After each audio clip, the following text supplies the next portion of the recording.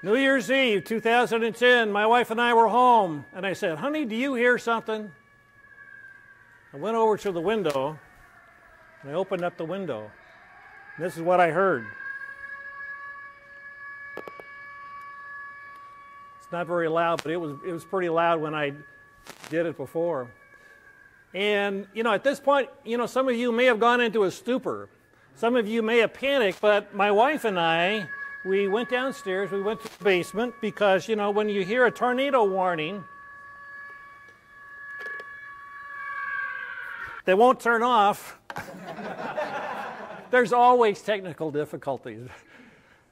When you hear a tornado warning, you're supposed to go to the basement. So that's where we went. We didn't certainly want to be affected by the tornado. So we went down there, we had a TV, we turned the TV on, and this is sort of what we saw. We saw something very similar to what we see. It seems like almost every month there's a big sort of red line coming to St. Louis. And even though there was a tornado watch, nobody said that there was actually a tornado on the ground. And so we were pretty confident that we were okay, because the line of red said there's severe thunderstorms. We saw purple down below us, so we said, well, that's where the severe storms are going to be. We don't really need to worry about tornadoes, just some bad thunderstorms. So these line of thunderstorms, they go through St. Louis, and we sort of wait, and 20, 30 minutes later, and we come upstairs, and we're looking around. Is everything okay? Are the trees down? Is everything is fine? We couldn't believe it. So about 10 minutes later, we started getting phone calls. Hey, Tom, are you guys okay? Man, we heard there's a terrific tornado by you. I said, what? You're kidding me, right? You're kidding. Come on now. And I said, no, they're really, turn on the TV. So we turned on the TV, and this is what we see. This is Sunset Hills. Sunset Hills, 600 yards away from my house, they got wiped out. Part of Sunset Hills got hit by this EF3 tornado, and it was really bad. The houses were torn down. Lindbergh Boulevard was a mess. Telephone poles were broken in two. I mean, I can't even imagine that, but they were broken in two. Cars were overturned. I mean, it was just horrific. And in fact, if you look at this particular graphic, you'll see there wasn't just one tornado. There were 12 different tornadoes during this one period of time. 12 tornadoes. So I'm starting to get a little bit nervous. I'm starting to think, boy, this is not good. And so this is actually a little YouTube video. The video is obviously not too good, but it shows some of the devastation. In this particular house here, the only thing left in this house is the basement. And the reason this is interesting to me, because the guy's name is Tony Taminia. He and his brother and his wife were in this house with their child. And they were in the middle of the basement, and the only way they survived was they went under the stairwell and they huddled together. And it was really tight. But somehow they actually managed to survive this. And basically he said in his statement that if they had been in the middle of the basement when this tornado hit, they would all be dead. That gets your attention. In fact, if you look at this particular graphic here, I'm going to have to turn around to do this. This is the path of the tornado. It wasn't down all of this time, but this was the general path of the tornado.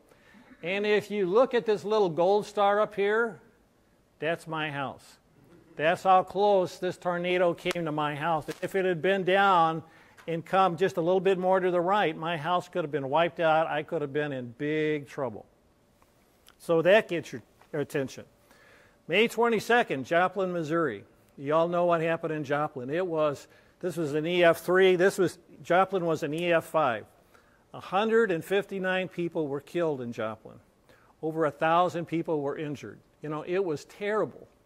Well, by this time, you know what? I'm a little bit slow, but I'm learning. I think, maybe I ought to do something. Maybe I ought to take care of myself, take care of my family, and do something to be better prepared for tornadoes other than just going down to the basement and sitting on the couch.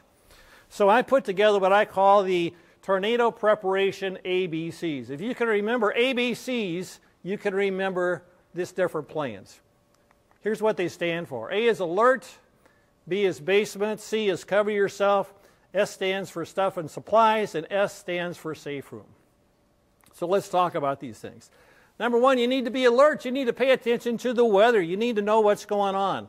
That could be watching TV, that could be listening to the radio, that could be looking on your smartphone, getting weather alerts, but you just have to be aware that things are not always going to be nice. You know, back in the 50s and 60s, it seems like everything was beautiful. We didn't have all of this traumatic weather that we're having now, but almost every year we have some really nasty weather coming through. So you got to be alert to the weather. Also be alert to the sirens. The sirens are meant to be used for outside activities. If you're outside, you should be able to hear the sirens. Unfortunately, if you're inside, there's a good chance you're not going to be able to hear that siren. And so the best option after that is a weather radio. And these are anywhere from the $30 to $40 range. In fact, I actually have 2 weather radios in my house. I've got one upstairs for when I'm sleeping, and I got one downstairs for when I'm watching TV. And it's very loud, a lot louder than that siren is supposed to be, but it's loud enough it'll knock your socks off. It'll, you know, even if you've got headphones on, you'll hear this siren. And the deal is you need to pay an extra $10 to get the upgraded model. And the reason is you don't want to be alerted to all the different alerts. There's maybe 100 different alerts. And with a programmable weather radio, you can change what alerts you're interested in. I'm not interested in flood alerts because I'm on high ground. You know, maybe if you're in a low area, you might be interested in that. The B stands for going to the basements. You know, any place other than on the first and second floor is safer than, you know, the basement is safer than those sort of situations. You know, luckily, most people in St. Louis have got a basement. Joplin, a lot of people didn't have basements. That's why they had so many people get killed. So a basement is better than nothing at all.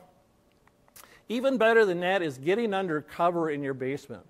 And if you got a basement, you got a stairwell someplace. And so this is actually my stairwell. And of course, at the time I started this project, it was filled with junk. And so I had to get rid of all that junk and clean it out.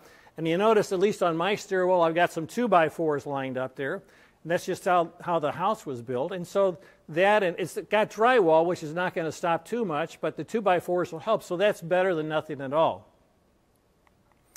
The S stands for stuff. You know, this is sort of your last minute stuff. You know, if you know there's a really bad tornado coming or there's a bad storm coming, you need to gather your stuff. And most people, one of the things they may not think about are shoes.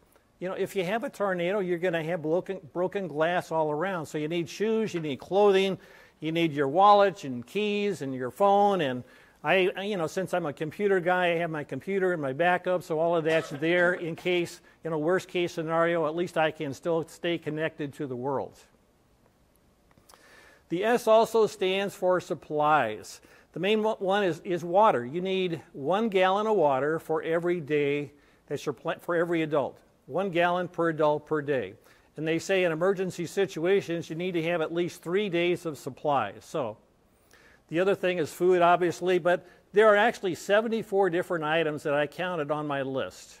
And if you look up here, again on here, I've actually got this little web link that you can click on, and it's actually got all those 74 different items. And that's not something I just sort of made up out of my own mind. That's something I borrowed from all the different emergency websites. There's a lot of good information out there. In fact, on this particular page, there's a lot of links and a lot of more information than I can do in just 9 minutes. So 74 different things. And then finally, the S stands for safe room. Again, you know what, if you've got the money, in fact, this safe room cost me about $500. I actually hired somebody to do it. And so all I did was I enclosed those 2x4s with some 3/4 inch plywood, had it screwed in. And so I actually had more protection from flying debris. And finally, I actually put a solid core door on there. And so again, it's going to be pretty hard for something to actually hit me. Not impossible, but pretty hard. So I'm a little safer. The other nice thing about this door, the way I said it, is the door opens in so that, you know, you don't have to worry about stuff on the outside blocking your way out. You don't want to be trapped in that safe room. So let's summarize. And, man, I don't think it's working now. There's the siren. When you hear the siren, I want you to remember your ABCs. And if you do that, you'll be safe, secure, and you'll say, you know what, that Tom really had some terrific ideas. Mr. Toastmaster.